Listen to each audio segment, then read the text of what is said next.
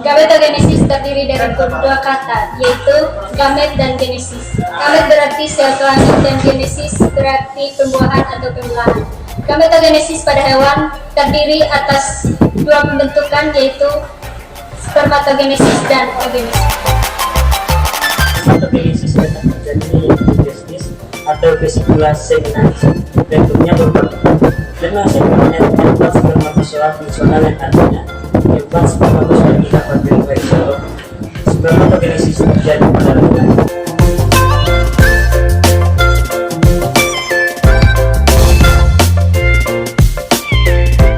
Terjadi pada perempuan, letak terjadinya oogenesis pada ovarium dan menghasilkan satu ovum fungsional dan 3 badan. Spermatogenesis di tubulus luminiferus ada yang disebut dengan spermagonerium atau sel induk yang berkromosom diploid atau 2N. Spermatogonerium akan mengalami perbanyakan secara mitosis. Pembelahan secara mitosis yaitu jumlah kromosomnya induk atau sama dengan sel induk. Dari pembelahan tersebut akan menghasilkan spermatosis primer, dan spermatosis primer ini dari meiosis 1 dan dari pembentukan 2 spermatosis sekunder. Dan pada pembelahan ini terjadi pengurangan kromosom yang awalnya 2N menjadi N.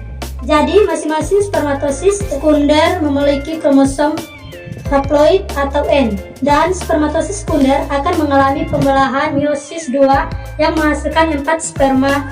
Karena spermatozoid sekunder berjumlah 2 dan keduanya mengalami pembelahan, maka menghasilkan 4 sperma.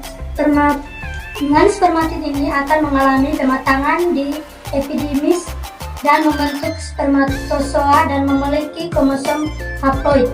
Selanjutnya, 4 sel spermatozoa berfungsional ini mengandung kromosom X dan kromosom Y. Jadi 2 sel spermatozoa mengandung kromosom X dan 2-nya lagi mengandung kromosom Y. Dan inilah yang menentukan jenis kelamin pada individu. Jika sel sperma yang membawa kromosom Y mengalami virilisasi, maka individu yang dihasilkannya berjenis kelamin perempuan. Dan kalau sel sperma yang mengalami virilisasinya membawa kromosom Y, maka akan menghasilkan individu baru yang berjenis kelamin laki-laki.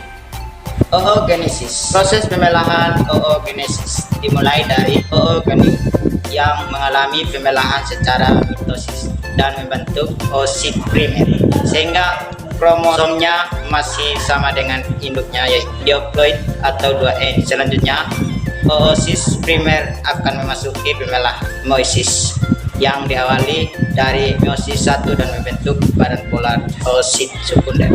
Dan untuk badan polar, pembelahan tidak akan dilanjut, tetapi oosit sekunder akan mengalami fertilisasi. Apabila oosit sekunder mengalami fertilisasi, maka akan dilanjutkan ke meiosis yang kedua. Tetapi jika tidak mengalami fertilisasi, maka tidak akan lanjut ke meiosis yang kedua dan akan mati dan melulu dengan darah yang berasal dari endometrium.